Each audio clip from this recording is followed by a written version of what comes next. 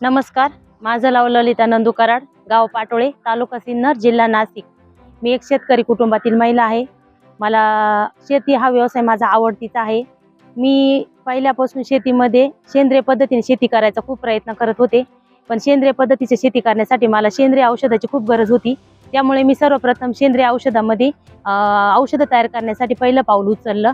तेव्हा मी घरगुती पद्धतीने झाडपालापासून दशपर्णी अर्क, गुळ आणि डाळीच्या पिठापासून जीवामृत अशा पद्धतीने मी औषधं बनवायला लागले। पण यापासूनही चांगल्या प्रतीचे औषधं बनवण्यासाठी मला कोणाची तरी मदत लागत असल्यामुळे मी युथ अँड फाउंडेशनची मदत घेतली। त्यांच्याकडून मला चांगले प्रशिक्षण मिळाले। त्या प्रशिक्षणामध्ये मला ऑर्गॅनिक सेंद्रिय औषधाची माहिती मिळून मी कशा पद्धतीने व्यवसाय वाढू शकते यासाठी मदत झाली। त्यामुळे मला लागणारे जे काही भांडवल होते ते मला युथ अँड फाउंडेशनने दिले आणि त्या भांडवलामार्फत मी आज चांगल्या प्रकारे याच्यापेक्षा चांगल्या प्रकारची औषधे तयार करू लागले।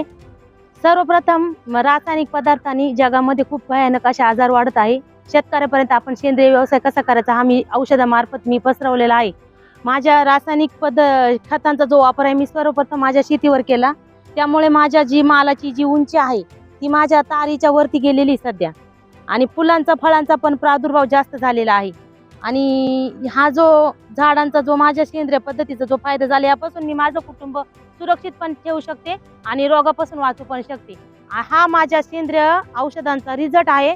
माझ्या शेतावर ज्यावेळेस मी रासायनिकचा वापर केला त्यावेळेस झाडे अजून पावर जास्त असल्यामुळे झाड अजून हिरवळपणा आहे आणि त्याचं चार तोडणी होऊन सुद्धा त्याला असा कुठल्या प्रकारचा पिवळसरपणा आलेला नाहीये। आणि दुसरा जो बाजूचा जो प्लॉट आहे त्याला चौथ्या तोडणीतच त्याचा एंड झालेला आहे। अजून माझ्या मालाचं मी 3 ते 4 तोडणी शक्यतो करू शकतो आणि मला ॲव्हरेज पण चांगलं दिलेलं आहे माझ्या मालानी आणि मला भाव मिळाल्यामुळे पैशाचं पण जास्त म्हणजे मदत झाली मला। मी आतापर्यंत या मालाचे 4 तोडणी केली। 4 तोडणीमध्ये माझे 4 ते 5 क्विंटल माल निघाला आणि माझा जवळजवळ 17 ते 16-17 हजार असं क्विंटलनी मला माझ्या मालाला भाव भेटला आणि मी 70-80च्या पुढे म्हणजे 1 लाखापर्यंत आजपर्यंत गेलेली आहे। या सबमिटमध्ये जाण्यासाठी प्रत्येक महिलाला चान्स नव्हता। तिथे सहज पिचिंग होणार होतं आपल्या ऑर्गॅनिक औषधांचे। तिथे काही अधिकारी कृषी अधिकाऱ्यांनी माझं पिचिंग घेतलं। त्या पिचिंग नंतर या सबमिटला ज्या बँगलोर अशा ठिकाणी जाणाऱ्या महिलांसाठी प्रत्येकाला चान्स नव्हता, पण ज्या महिलांचं ज्या सरांना जे असं पिचिंग आवडेल किंवा त्यांचा व्यवसाय आवडेल अशा सिलेक्शन होणार होतं।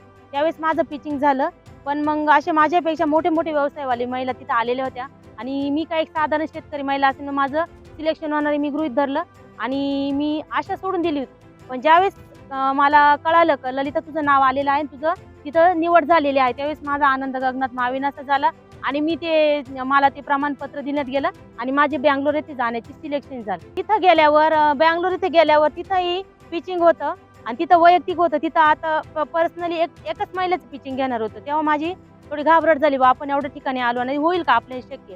पण तिथं गेल्यावर माझा जो जोश होता बोलण्याचा तो मी काही कमी नाही केला। माझी जी अनुभव होता, माझी जे काही औषधांचा मला जो रिझल्ट मिळालेला होता मी तो तिथे सांगितला आणि त्या मॅडम होत्या, ते एक सर होते, त्यांना माझं पिचिंग आवडलं आणि त्यांनी गुड म्हणून माझं पिचिंग घेतलं। पण तिथं मला भरपूर असं शिकायला भेटलं।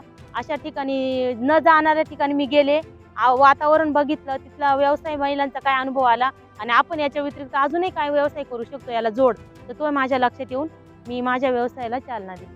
ज्यावेळेस सिलेक्शन पिचिंग झाल्यानंतर सिन्नर तालुक्यातल्या ज्या महिला गेल्या होत्या, जवळजवळ आम्ही 9-10 महिला होतो, त्याच्यात कोणाचा तरी नंबर अशा आम्हाला आशा लागली होती। जेव्हापर्यंत रिझल्ट कळत नाही तोपर्यंत आम्ही असे शांत बसले होतो। पण ज्यावेळेस आमच्या मॅडम भालेराव मॅडम आल्या आणि त्यांनी सांगितलं, ललिता तुम्ही काही कोणी नाराज होऊ नका, बाकीच्यांची नाही, मला ललिताची आशा होती ती फक्त 1 मार्कावरून गेली, कारण की समोरची जी पार्टी होती त्यांच्या दोघांमध्ये व्यवसाय होता आणि तुझा एकटीचा असल्यामुळे तू 1 मार्काने जाते, निराश होऊ नको, तू इथं आली की तुझं भाग्य। त्यावेळेस मी पण म्हटले, नाही मॅडम, मला हा अनुभव महत्त्वाचा होता, नंबर जरी नाही आला तर मला जो हा अनुभव भेटला याच्यातून मला जे काही चांगलं मार्गदर्शन भेटलं त्याला मी ठामेन, मी नाराज नाही, मला इथं आल्यास खूप आनंद होतोय आणि आपण आनंदच व्यक्त करू। असे सगळ्या महिला आम्ही एकत्रित आनंद व्यक्त करून प्रवास केला आणि मी जे काही व्यवसायापर्यंत पोहोचले, मला चांगलं मार्गदर्शन भेटलं। मला भांडवलाची कमतरता होती, ते या लोन मार्फत CID संस्थेने दिलं। या संस्थेनं मला युथ अँड फाउंडेशननी मला बँगलोर अशा ठिकाणी न्यायची संधी दिली। या दोन्ही संस्थेचं मनापासून आभार मानून धन्यवाद व्यक्त करते।